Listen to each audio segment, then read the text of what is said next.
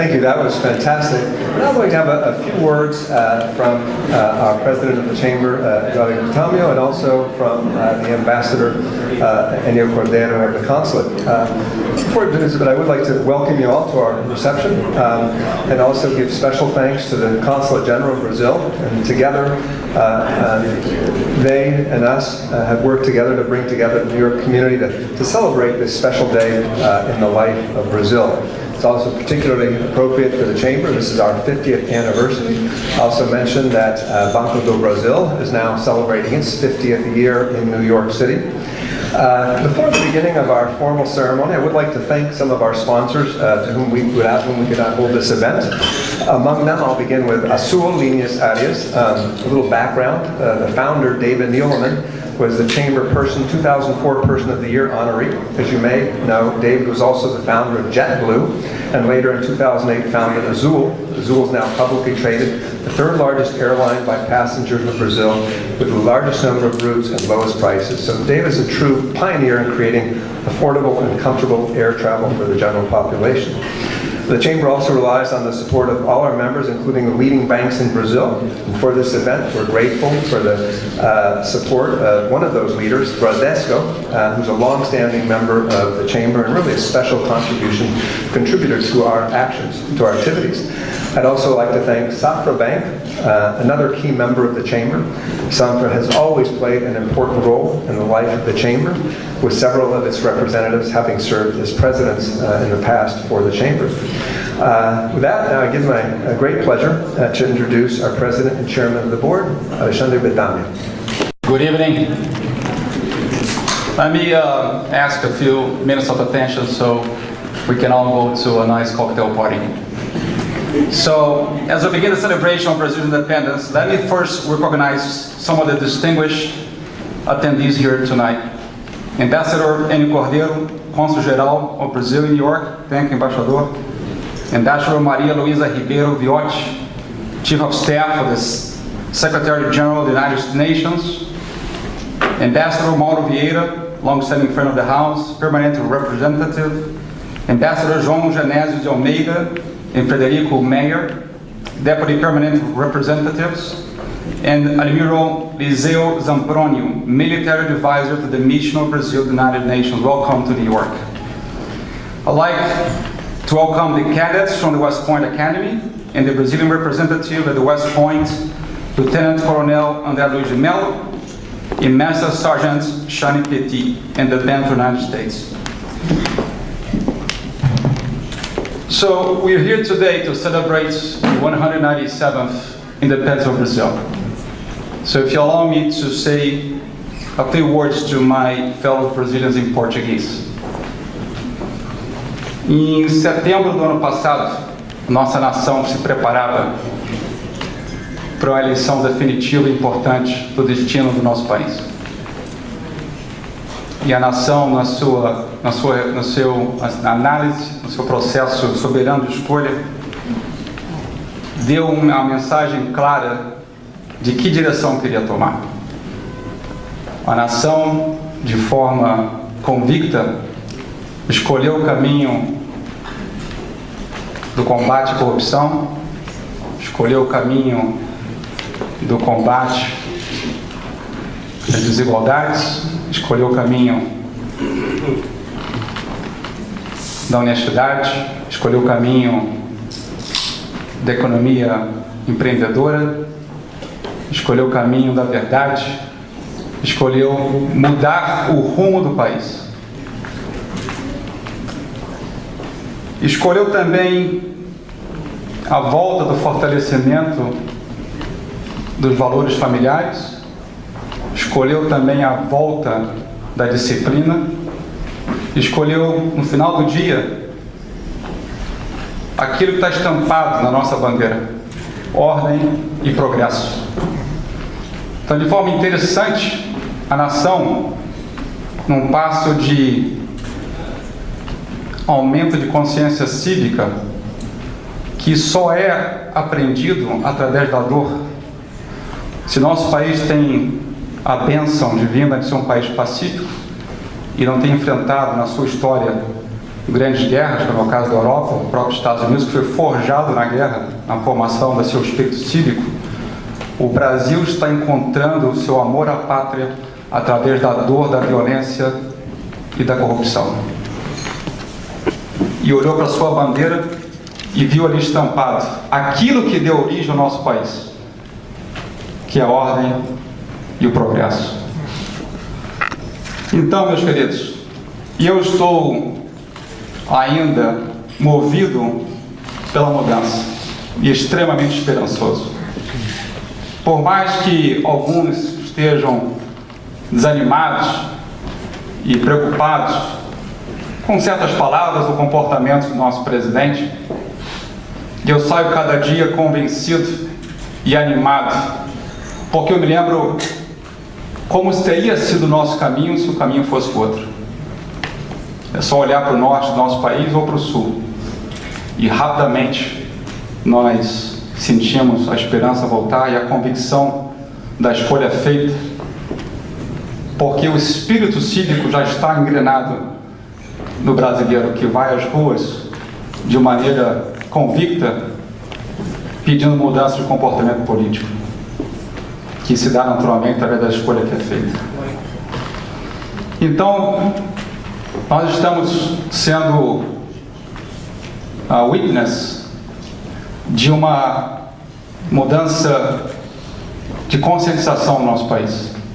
E isso não poderia dar mais esperança e satisfação para qualquer um.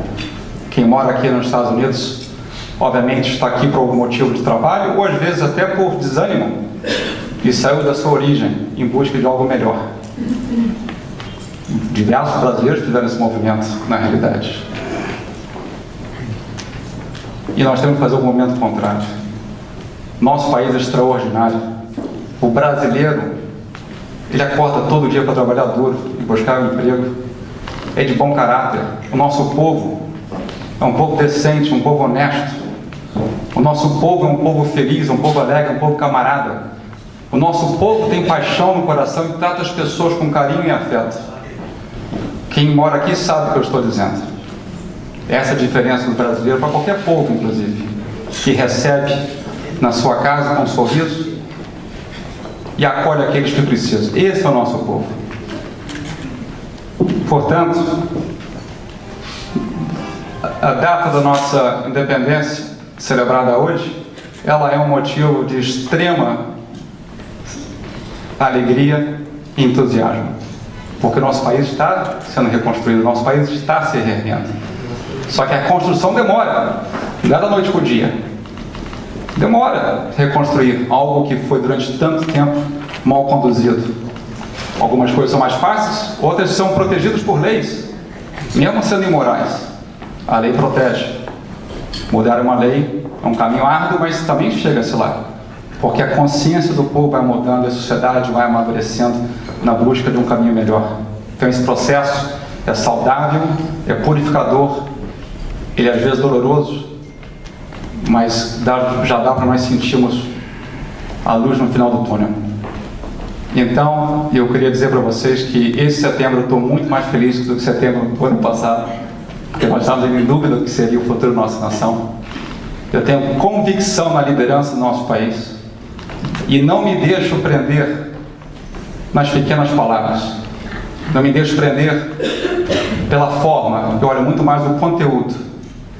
Enquanto eu estiver vendo no conteúdo integridade, enquanto eu estiver vendo no conteúdo honestidade, enquanto eu estiver vendo no conteúdo combate à corrupção, enquanto eu estiver vendo no conteúdo combate à violência, eu sigo em frente entusiasmado. E um outro dado importante: o Brasil nos últimos 2 meses captou na Bolsa de Valores algo em torno de 50 bilhões de reais em 2 meses. E esse número é maior desde 2010. E a expectativa do mercado é que nós iremos este ano captar mais que 2007, que foi o recorde absoluto na história do país. E este é ainda só o primeiro ano. O primeiro ano. Então vocês imaginem o que está por vir. Vocês imaginam o que ainda pode acontecer. A transformação é extraordinária. E cabe a cada um de nós fazer nosso serviço. acordando cedo, trabalhando duro, representando o Brasil bem aqui fora, dando o melhor de cada um de nós todos os dias com ética, com honestidade, com força de vontade e não se deixando abalar.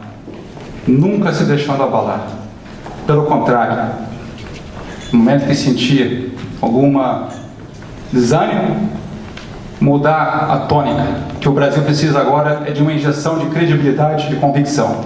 Sem convicção a gente não anda para frente. Sem convicção a gente se perde e anda para o lado. Então eu queria terminar dizendo que o Brasil somos nós, engajamento da comunidade. O Brasil não são eles que estão lá fazendo, somos todos nós, todos os dias. E eu costumo dizer que o futuro do Brasil só depende da nossa vontade, do nosso trabalho e do nosso amor à pátria. Obrigado, aproveitem a noite. Eu queria agora chamar o embaixador, o Cordeiro. Por favor, embaixador. Boa tarde a todos. I thank the local authorities and our colleagues from the Consular Corps and diplomatic missions in New York. Thank you so much for being with us this evening. We are grateful to the members of the brass band of the West Point Military Academy for this magnificent performance that they did of the national anthems of Brazil and the United States. I will also read a message in Portuguese, and for those that will not be able to follow, a gist of this message will be available later on our page in the internet. A los colegas del Grupo Latinoamericano de Nueva York, nuestro aprecio por acompañarnos. Senhor Presidente da Câmara, senhores embaixadores, senhoras embaixadoras, colegas da Missão do Brasil e do Escritório Financeiro em Nova York, caríssimos diretores e membros da Câmara de Comércio, senhoras e senhores. Agradeço a presença de todos nessa comemoração dos 197 anos da Independência Nacional. Um agradecimento especial à Câmara de Comércio, que mais uma vez se une ao Consulado na organização desse evento, e as quatro empresas, que somaram seu patrocínio a essa recepção. Aos funcionários do Consulado Geral agradeço a permanente dedicação e profissionalismo, que são amplamente reconhecidos pela comunidade brasileira. O Consulado Geral está a serviço de todos. Fazemos em média 300 atendimentos presenciais por dia, 2 consulados itinerantes por mês. No ano passado, o consulado conduziu as eleições presidenciais em Nova York, com participação de 9.500 eleitores em cada turno. Continua também particularmente ativo nas áreas de difusão cultural, promoção comercial e de investimentos e nas ações de apoio ao empreendedorismo dos brasileiros no exterior. A comemoração da data nacional sempre nos convida a uma reflexão sobre o nosso país e sobre as perspectivas da relação do Brasil com o país em que vivemos. Existe, como todos sabem, um desejo recíproco e genuíno de fortalecer os laços entre o Brasil e os Estados Unidos, com novas iniciativas de diálogo político e de aprofundamento da relação econômica. A visita do presidente Bolsonaro aos Estados Unidos em março deste ano esteve marcada por gestos de importante simbolismo, incluindo a conclusão de entendimentos em áreas estratégicas de cooperação e o declarado apoio do governo norte-americano à pretendida ascensão do Brasil à condição de país membro da OCDE. Nas últimas semanas, anunciou-se a intenção de promover novos entendimentos no campo comercial. Na área migratória e consular, as autoridades brasileiras decidiram exonerar unilateralmente a exigência de vistos de visita para cidadãos norte-americanos, na expectativa de que esta medida possa resultar em facilitação das atividades empresariais e aumento do fluxo de turismo receptivo do Brasil. Interessa de forma permanente ao Brasil manter um relacionamento maduro, respeitoso e produtivo com esse país que nos acolhe. Por sua presença ampla e interesses múltiplos no cenário internacional, e pelo lugar que lhe cabe ocupar no contexto regional, o Brasil busca também um relacionamento fraterno e de ampla cooperação com todas as regiões do mundo, especialmente no nosso entorno geográfico imediato, onde o pluralismo e o respeito às diferenças de opinião devem sempre prevalecer, num ambiente comum que valorize a democracia, que busque o entendimento e a prosperidade de todos. As eleições do ano passado, com a participação de mais de 115 milhões de eleitores, realizaram-se num momento transformador de nossa cultura política e institucional. A cidadania brasileira no seu conjunto é hoje cada vez mais atenta e exigente com relação à respeitabilidade das instituições, à credibilidade moral das autoridades constituídas e o resultado prático das políticas que adotam. Somos hoje um país mais dividido entre preferências e matizes de cunho político. Isso deve ser encarado de forma natural. Faz parte da democracia que as sociedades sejam pluralistas e que as posições partidárias se alternem no poder. Pensar diferente é um direito. Respeitar as diferenças de opinião é um dever. E a coesão do tecido social brasileiro depende de que todos possam expressar-se e sentir-se representados. Cabe, afinal, aos cidadãos o poder de escolha, como também cabe a eles o direito de revogar suas escolhas. Nas eleições do ano passado, os brasileiros tomaram em democracia uma decisão. Cabe respeitá-la.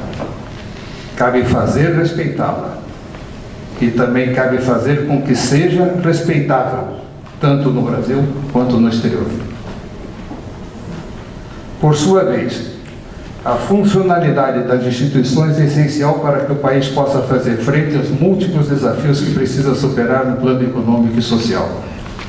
Existe um enorme passivo a corrigir na área de segurança dos cidadãos, no combate à corrupção e ao crime organizado. É também preciso recuperar o terreno perdido no campo social. Mais de 50 milhões de brasileiros vivem abaixo da linha de pobreza. 15 milhões vivem em condições de extrema pobreza. 12 milhões estão desempregados. 65 milhões estão fora da força de trabalho. E metade dos brasileiros adultos tem apenas o ensino fundamental. São essas, na verdade, as condições sociais subjacentes da baixa produtividade e do baixo crescimento estrutural da economia.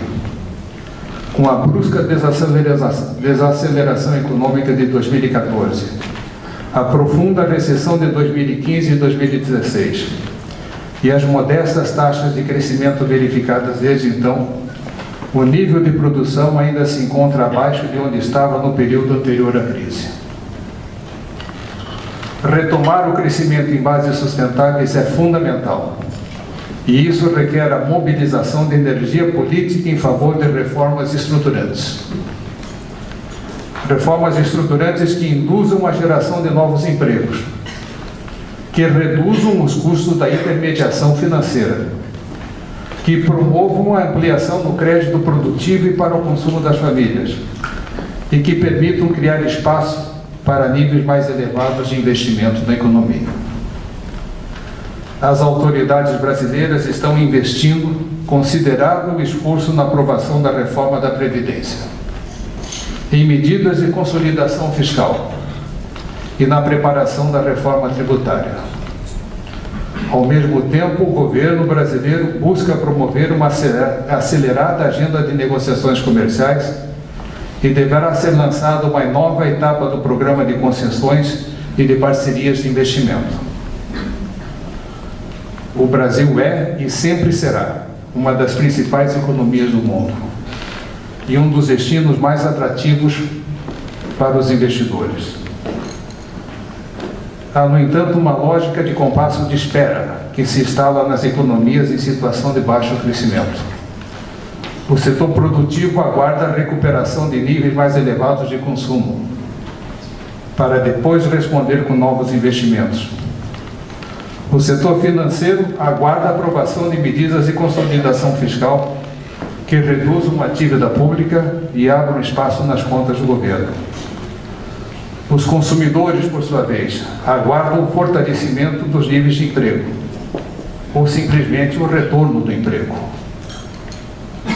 Nada disso acontece por geração espontânea, de forma sincronizada e em curto espaço de tempo.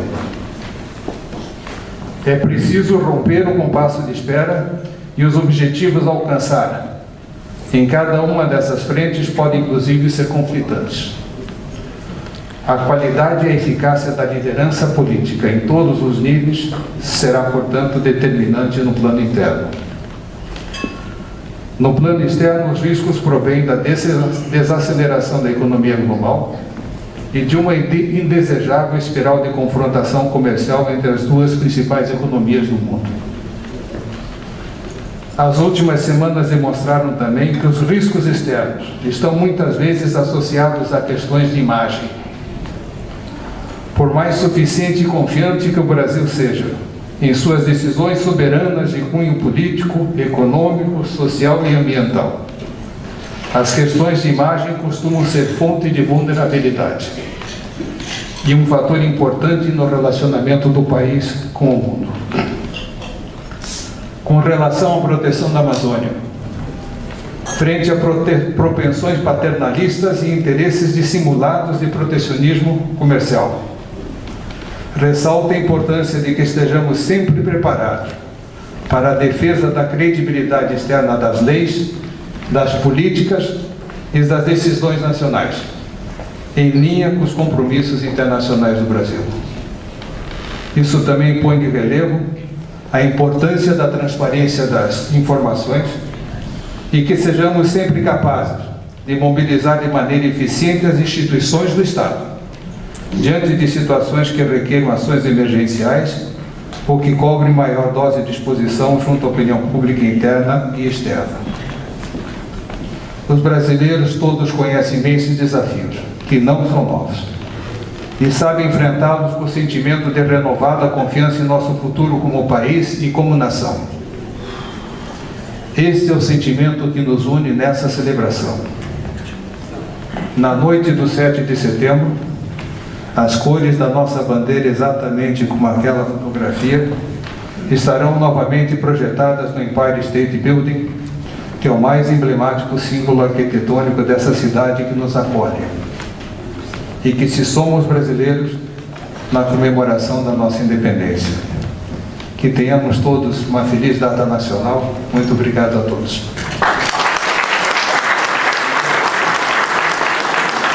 Apenas um aviso, tem um vídeo de uns 8 minutos na biblioteca lá atrás, que foi mandado pela Presidência da República e pelo Itamaraty. São 4 vídeos muito bem feitos. Um é sobre a história da independência. O pessoal está ouvindo ou não? Sobre a história da independência, o outro sobre infraestrutura e 2 sobre Amazonas. E eu queria agradecer ao Almirante Liseu, ao embaixador Enio, a dona Ruth e a Marília da missão, que sem a ajuda deles não teríamos esse vídeo. Só isso. Thank you all. Enjoy the rest.